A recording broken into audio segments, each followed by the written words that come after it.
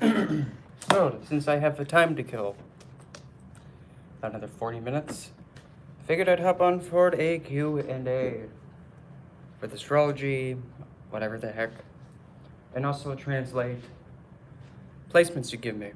For an example, sun in the first house, in the sign of Cancer, also ruling the second house. That's just as an example. But yep, it is open floor to any kind of questions like that. I do not have my tarot with me, so I cannot be of any assistance with that. But let's see what else has been happening. It has been a little bit off footing for me like the past few weeks. That's why I haven't posted and done anything regularly, unlike yesterday. And so that way people know too. Whenever I'm giving like a placement of any kind, like actually like translating it,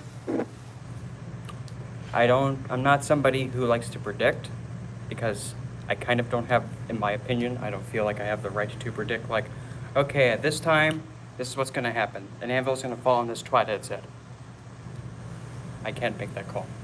But what I can best suggest, potentially something can happen, or potentially this planet is affecting this, thus we'll call this, cause and effect. But you get the idea. So, I mean, completely open to any kind of placement, or if there's any other astrological questions, occult questions, have at it. And there really technically, there is no such thing as a dumb question, trust me. Well, unless if you're also counting, oh, let's ask some questions about his personal life. You don't need to know that. That's privileged information. Yep.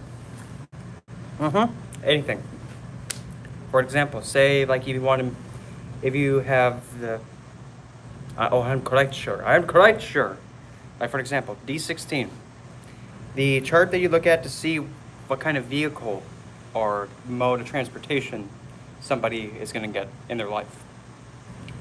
So for an example, the D16 chart, you have the, let's see here. For that one, you would see,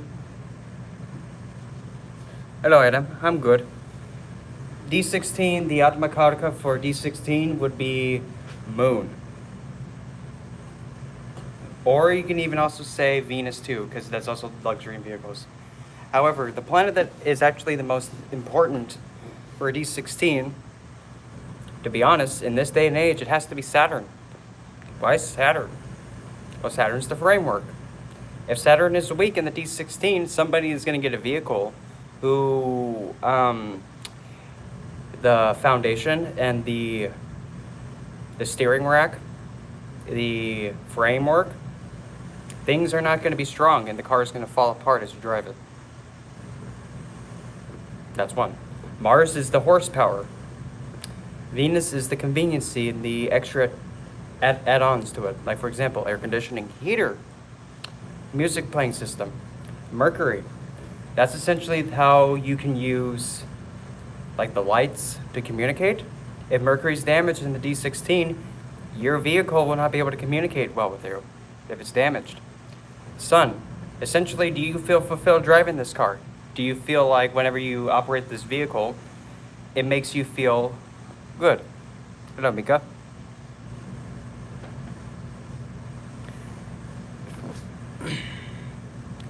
Now, Yoga Karaka,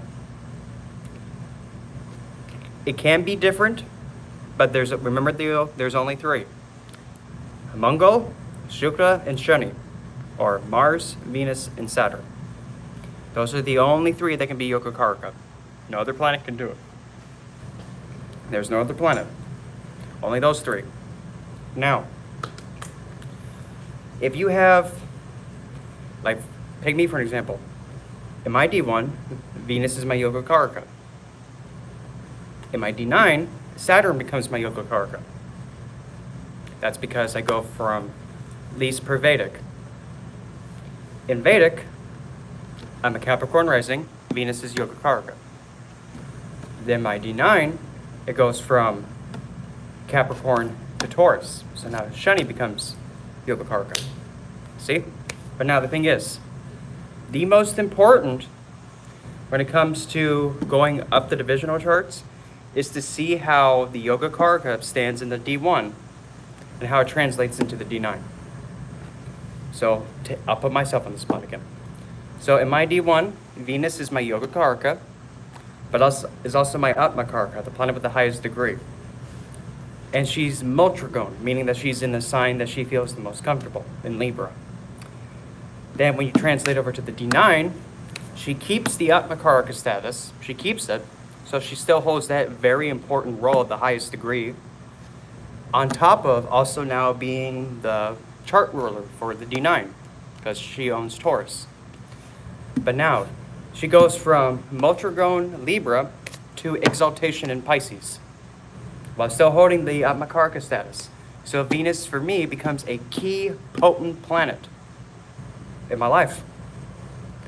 And for Venus being the Atmakaraka, the biggest thing that this individual, and yes, I'm talking about myself, one of the biggest things this individual has to do is something regarding pretty much giving love and also empowering women and other Venusian things, inspiring others, bringing people out of death, and teaching people, and enjoy teaching people in a way that they actually feel like, oh, I want to do this, and not turning anyone away if they want to learn something, because that's also Shukra.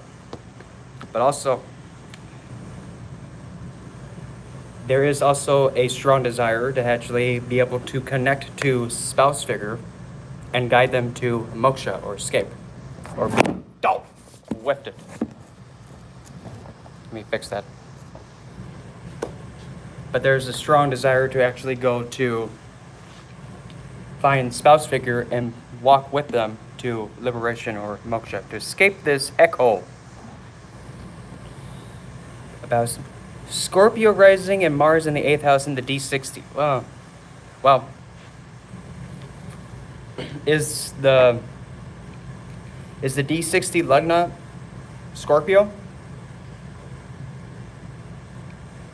Because if that's the case, I need to also know where the D9 is, the information on the D9, and also the D in the Rasi, the D1.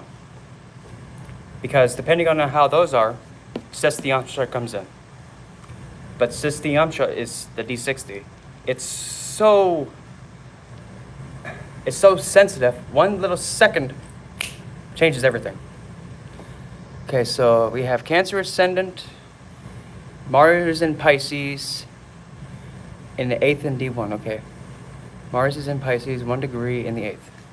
So let's see here. Cancer Lagna with Mars in the 8th in Pisces at 1 degree. So that would be, your Mars would be in, that would be Purva Padartha. I can't pronounce that well. But Mars there, oh gosh. I just realized something. Where your Mars is placed is almost near identical to where my significant other's Mars is placed. The exact same nakshatra, just the pada is different. That's creepy deepy. That's a big pile of nope. But anyway. So Mars is Yogacaraka for Cancer and Leo. And in the 8th house. So it pretty much shows that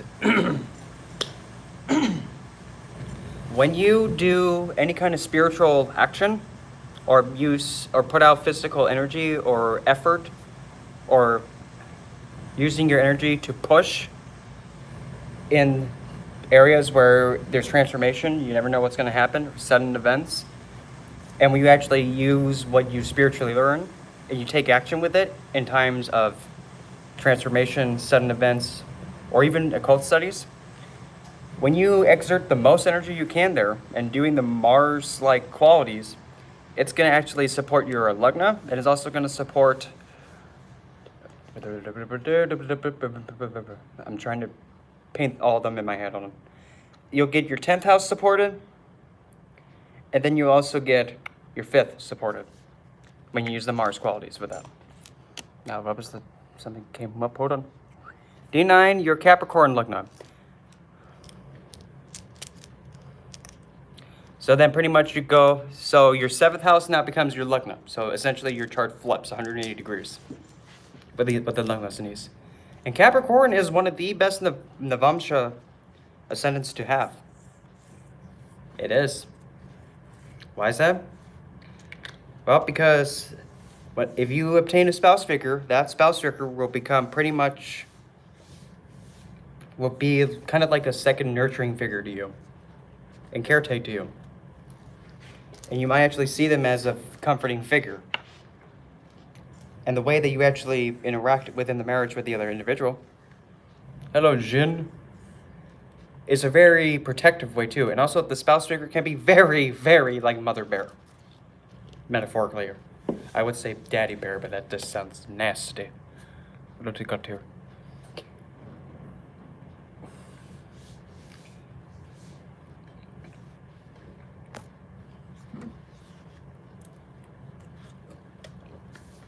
Let's see.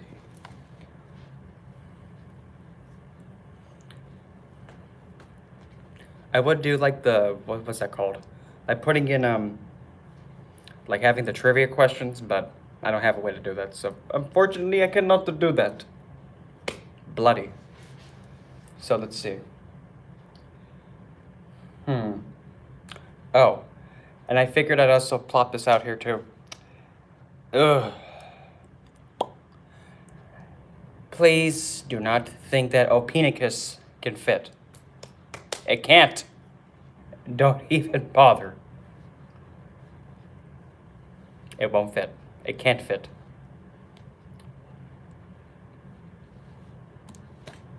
I don't know why I had an urge just to say that right now, but no Opinicus, no handling snakes. None of that sign with a man handling a snake. None of that. The constellation exists, but it doesn't come in where people say, oh, it just comes in right here behind Sagittarius and in front of Scorpio. No. You built your Scorpio, great. Scorpio will only have 10 degrees. He who handles snakies. Hello, doctor. You bring in the guy handling the snakes in with 20 degrees, and you give Scorpio 10. That's not balanced. Because point being, you have Scorpio that has 30 degrees, like all the other signs. 12 times 30 is 360. That's a full circle. No. Pluto does, some do read with Pluto, but Pluto is not heavily, like the qualities of Pluto are not heavily considered, if that makes sense. But at least for me, I'm somebody who considers everything. Yep, Uranus and Neptune the same, but for me, I consider them to be a part of it, but they're not like the big influences, if that makes sense.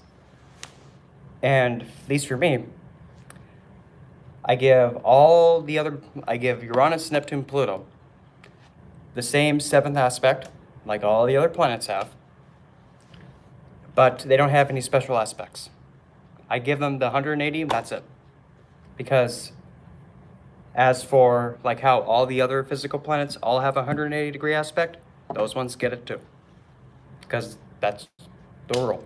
All planets can see opposite to themselves, while Uranus, Neptune, Pluto, can't really say, so we can only give them that one. Because everybody else gets it, so they get it too. But then again, here comes Black Moon Lilith, who doesn't play by the rules. She goes, oh, I'm getting aspected? No. I don't want to do that. Oh, Moon's looking at me? Oh, I'm protecting that Moon, no matter what.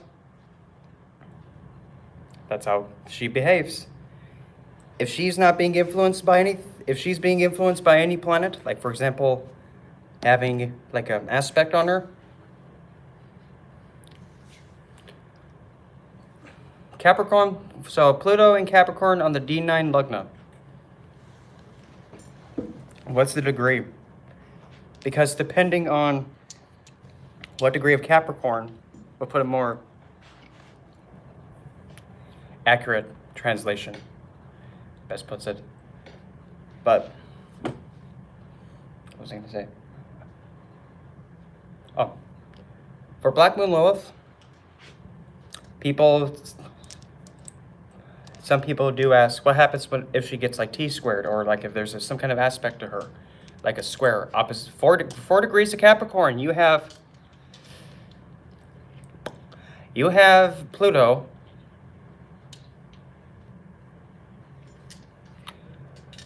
for having Capricorn Pluto at 4 degrees in the D9. That's the part of Capricorn that is in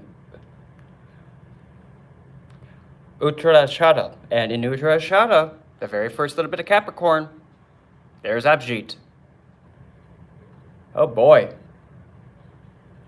So, there's going to be powerful transformation, but it's going to be successful. You'll be victorious with the transformation, though, with the D9. So when the transformation comes, victory of this transformation comes through. And that's Abhijit. Also, Uttarashada, too. Back step of the elephant, I believe. Yeah, that's it. But don't honk at me. Rude? No, what was he? Okay, doctor's question. Which chart should we know our past karma? Well, there are many. You can look at the D12, which is the 12th division. That can help with that. As well as, oh crud, what was it? There was another one. I'm trying to remember which one it was.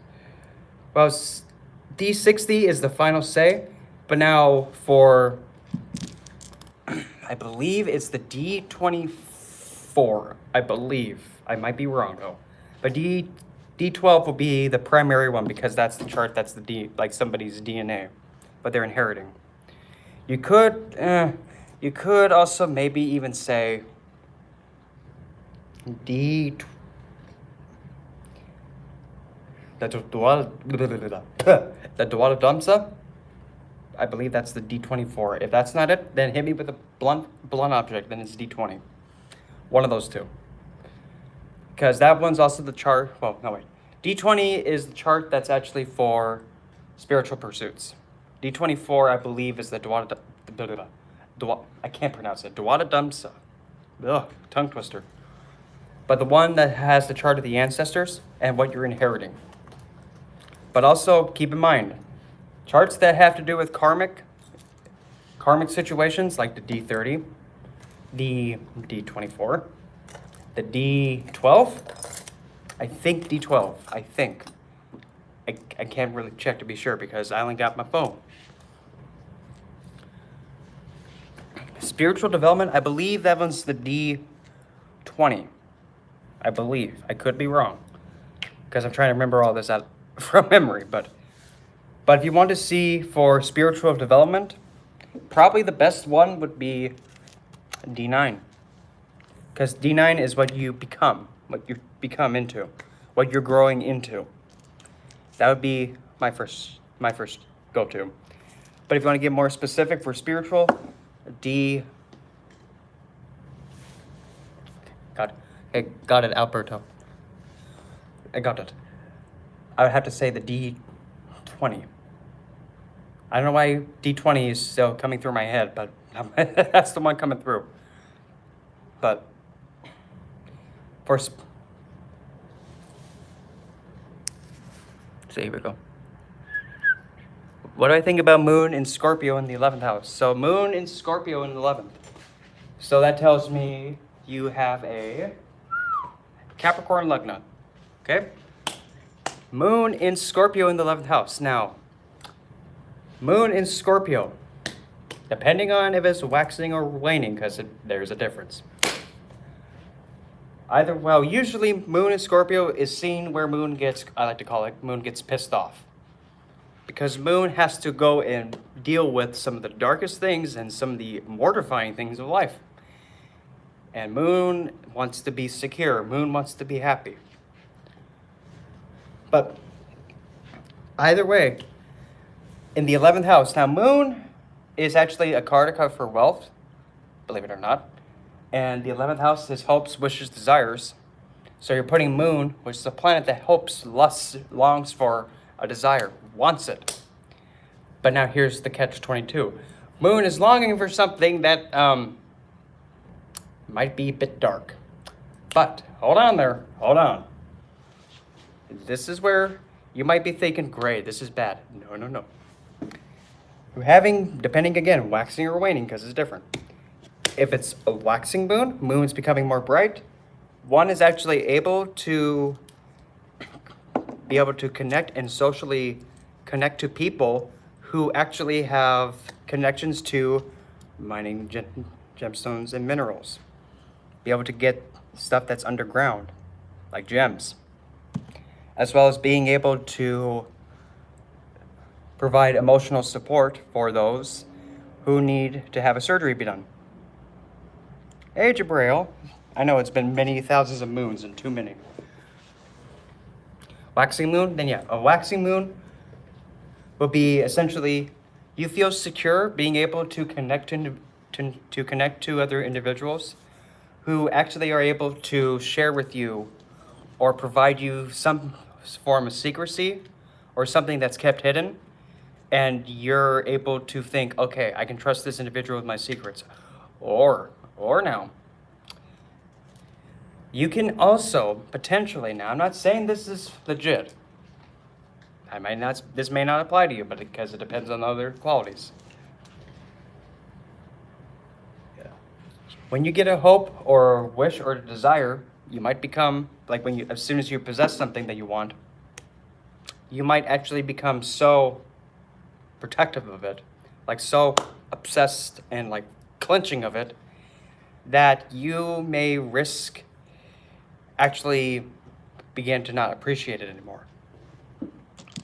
But, and if you have a friend that betrays you, your mind will get disturbed. If a friend of yours does not make you, if a friend is not able to ride or die, or essentially pretty much go with you and stand by you throughout the test of anything, if a friend betrays you, out they go. Yeah, you will not settle for that. Not at all. Any kind of betrayal by a friend or even elder sibling, if you have an elder sibling or a sibling figure that's older than you, like a half brother, half sister that's older, step brother, step sister, they pulled something on you and they betray you. Lord, that's not good. You will probably hold the most to them, and you probably won't let go of it. But there's also the other way. You actually might have a really deep, connection with them, like a really intense emotional security and closeness with them. You might, because Scorpio can be overkill one way or overkill the other. Overkill of they pulled something on me and I despise them, or I love this stepbrother, stepsister so much because they've always been there for me that I just have this intense friendship with them. That's also Scorpio. Just an example. How would dominance, like dominant planets, you would probably still see, you would have to look at the D1 though, because, or the percentage of all the planets in the chart, you can see like a bar graph for like their Shadbala. Okay, Moon, conjunction with Rahu in the second house, Libra. Moon conjunct Rahu in the second house in Libra in Navamsha. So Rahu conjunct the Moon. Well, whenever you have Rahu and Moon together, you have potentially somebody's sense of security and actually I need to know if it's waxing or waning. But pretty much Rahu overkills the Moon. The qualities of Moon get overkilled. Imagination gets thrown off the deep end. But in Libra, one finds fullness by having heavy consideration, but is also being able to negotiate terms regarding the wealth of the marriage. If there is no like constant communication and no security and no give and take in this marriage, oh, it's not, you're not gonna like it, and you probably might table flip on them, because Moon aspects the 8th house, which will then be the sign of Aries. Moon throws emotional overkill towards the 8th house with Rahu blinding her. So emotional response gets overkilled to the life after marriage, because that's the 8th. And if in-laws get involved, oh boy. Gotta be careful with that one. But still, it's not... Let's see.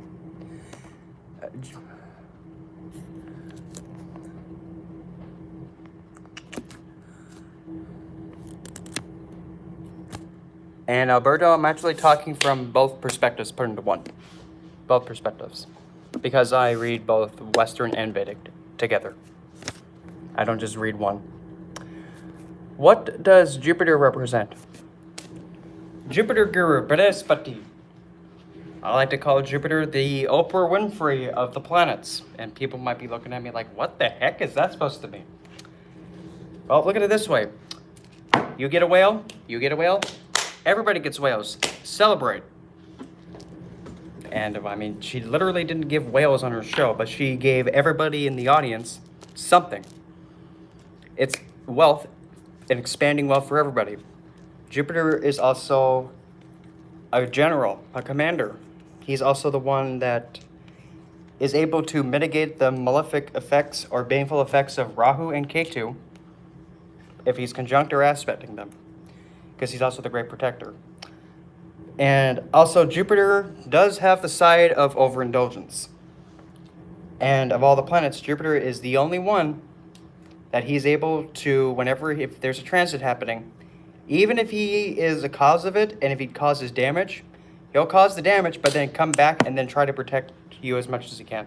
That's just his nature as guru. But Jupiter can represent teachers, advisors, your ethics, and essentially your higher form of education teachers. And depending on where the sign of Sagittarius is, that's where Jupiter will be having the most influence on. Most of the Jupiterian qualities will come through that. But that's pretty much Jupiter Guru in a nutshell. Friend, my cunt is Scorpio, and he keeps getting into... Nope. Because having a Scorpio placement, everybody has a Scorpio placement, everybody has an Aquarius placement, and those are the two karmic signs. Just because of one placement, that doesn't really define somebody. Because there's so many things you have to look at to be able to make a concrete, guess. There's so many qualities. For example, you can actually have somebody who's a Scorpio be so intensely devoted to their significant other that they will not even look at anybody else in a, suggestive way. And if somebody touches them, they'll cut off their hand. They're that chastised and only giving themselves that way to their spouse figure. That's how intense Scorpio can be. Only they can get it. Anybody else, they lose their hand. Because Scorpio is all the way one way or all the way the other way. It's a sign that's overkill. And I have a Venus in Scorpio, at least on the western side. And I can definitely agree with that. Yep. 5th house in Taurus, that's cute. I like that though. You can only have, when it comes to having a planet be more dominant than the other, the best way is to actually simply see who's your chart ruler. That's your ruling planet. And then from there, if you have a software that can check the Shadbala or the percentages. What the heck are you doing? The fan just turned on randomly. It does it here. But when you're able to check the Shadbala or the strength of a planet, whichever planet has the highest degree of percentage of strength, that's your dominant planet. And it behaves the exact same way. It carries it through in the other divisional charts, but primarily with the Shadbala, it's only seen with all the other charts added together for it. but primarily the D1.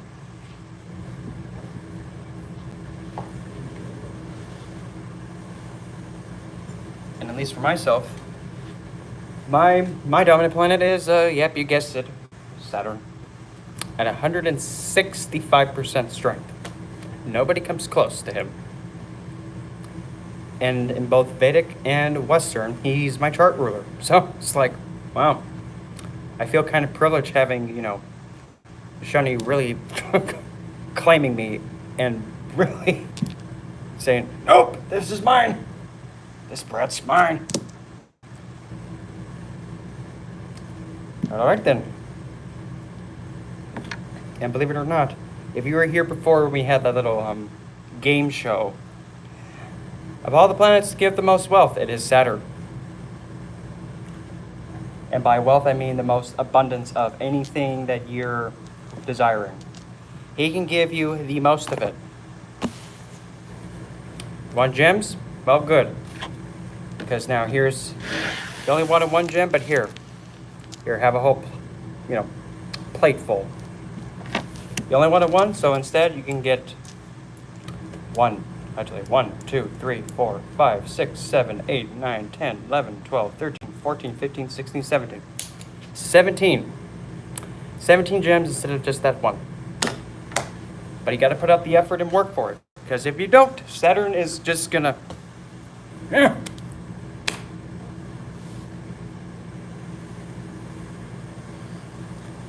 Well, the thing is, if I was going to be writing a book about astrology, I would have to do...